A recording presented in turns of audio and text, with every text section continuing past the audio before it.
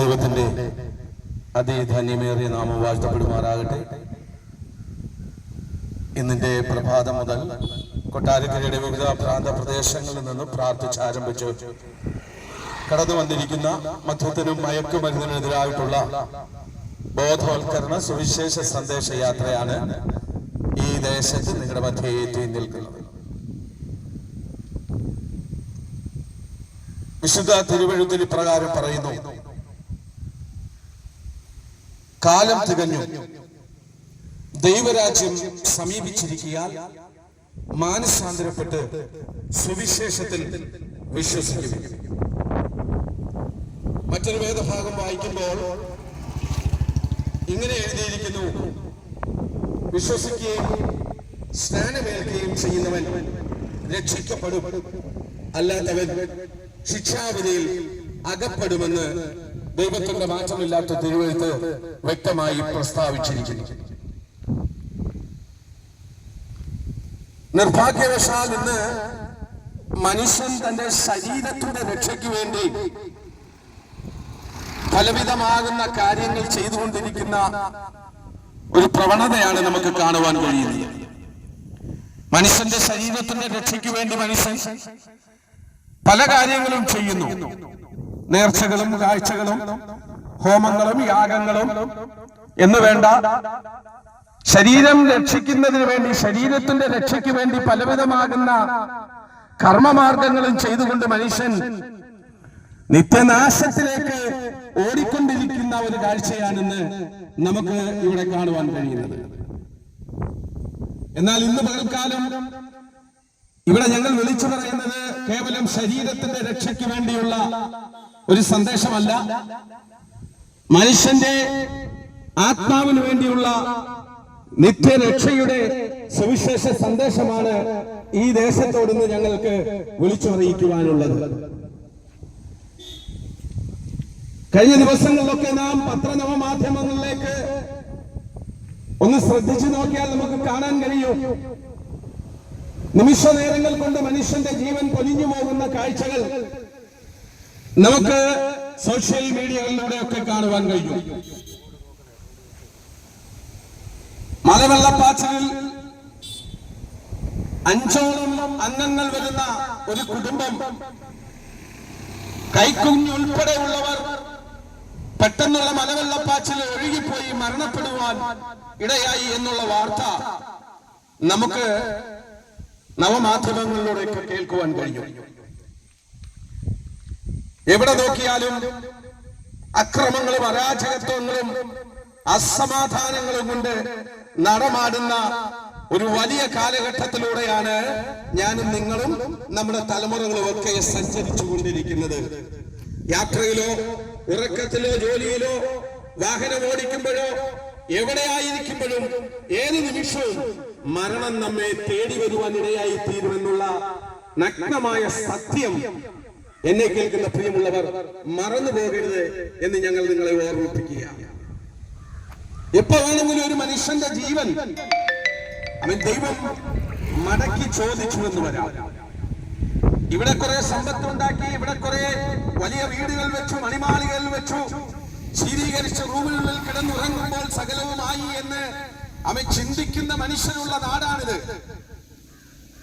എന്നാൽ വിശുദ്ധ തിരുവെഴുത്തിലേക്ക് നാം നോക്കുമ്പോൾ സകല മനുഷ്യരും മരണത്തിനു മുമ്പിൽ കീഴടങ്ങേണ്ടി വരുമെന്നുള്ള നഗ്നമായ സത്യം നമുക്കതിൽ നിന്ന് മനസ്സിലാക്കുവാൻ കഴിയുന്നു. പ്രിയമുള്ളവരെ, ഒരു നിമിഷം നിങ്ങളൊന്ന് ചിന്തിക്കുക. ഒരു കവിയത്രി ഇങ്ങനെ എഴുതി പാടുവാൻ തുടങ്ങി,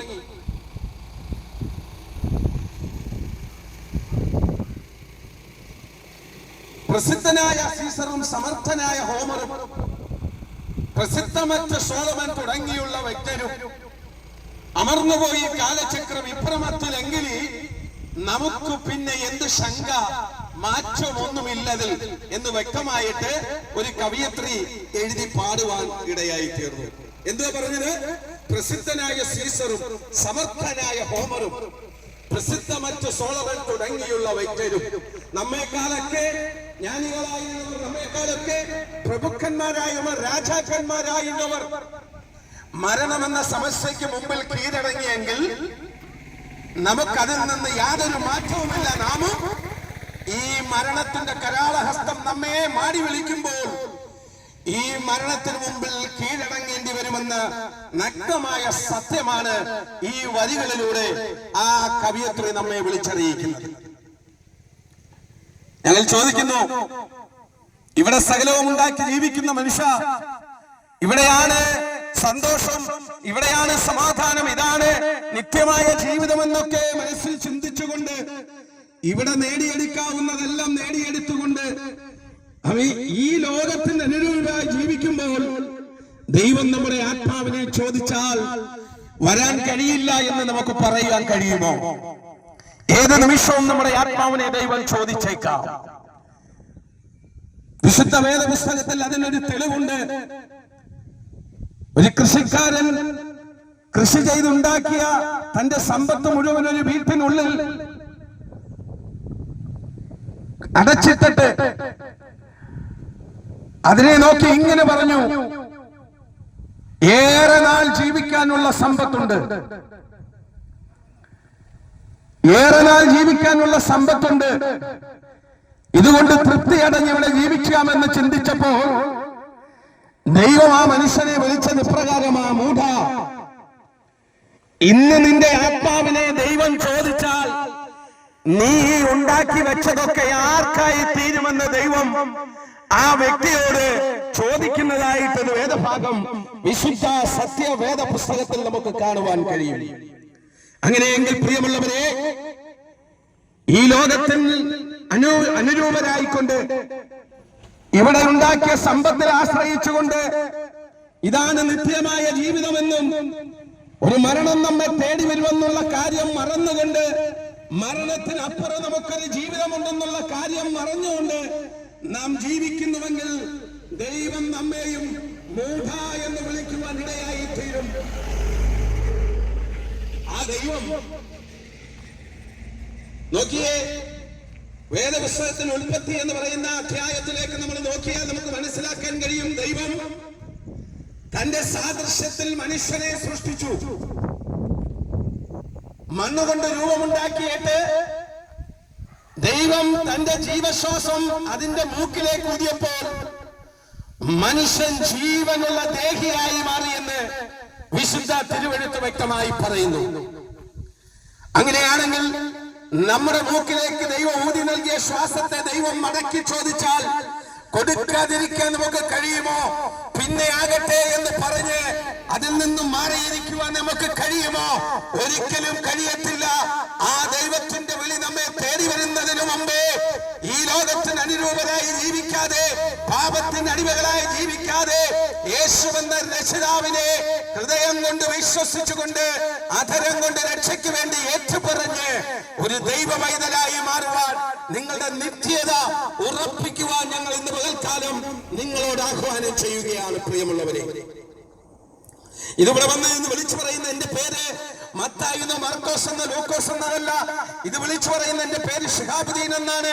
ഒരു പാരമ്പര്യ മുസ്ലിം കുടുംബത്തിൽ വാപ്പയുടെ ഉമ്മയുടെയും 3 മക്കളിൽ രണ്ടാമത്തവനായി ജനിച്ചു വളർത്തപ്പെട്ട് ലോകത്തിന്റെ സകല അഴുക്ക് ചാലുകളിലും ജീവിച്ചിരുന്ന ശിഹാബുദ്ദീൻ 24-ാമത്തെ വയസ്സിൽ യേശുവെന്ന രക്ഷിതാവിന്റെ ശബ്ദം എന്നെ തേടി വന്നപ്പോൾ, യേശുവെന്ന രക്ഷിതാവിന്റെ സ്നേഹം എന്നെ തേടി വന്നപ്പോൾ, അതുവരെ സ്വസ്ഥതയില്ലാതിരുന്ന, എങ്ങനെയെങ്കിലും മരിച്ചാൽ മതി എന്ന് ചിന്തിച്ച് ജീവിച്ചിരുന്ന ശിഹാബുദ്ദീൻ യേശു ക്രിസ്തുവെന്ന രക്ഷിതാവിന്റെ ശബ്ദം എന്നെ തേടി വന്നപ്പോൾ ആ ദൈവത്തെ രക്ഷിതാവായി സ്വീകരിച്ചുകൊണ്ട്, ആ ദൈവത്തെ ആരാധിച്ചുകൊണ്ട് ജീവിച്ചുകൊണ്ട് നിത്യമായ ദൈവത്തിന്റെ രക്ഷ കരസ്ഥമാക്കി ജീവിക്കുവാനുള്ള സൗഭാഗ്യം സ്വർഗത്തിലെ ദൈവം ശിഹാബുദ്ദീനും ഒരുക്കി വെച്ചു എന്നുള്ളതാണ്.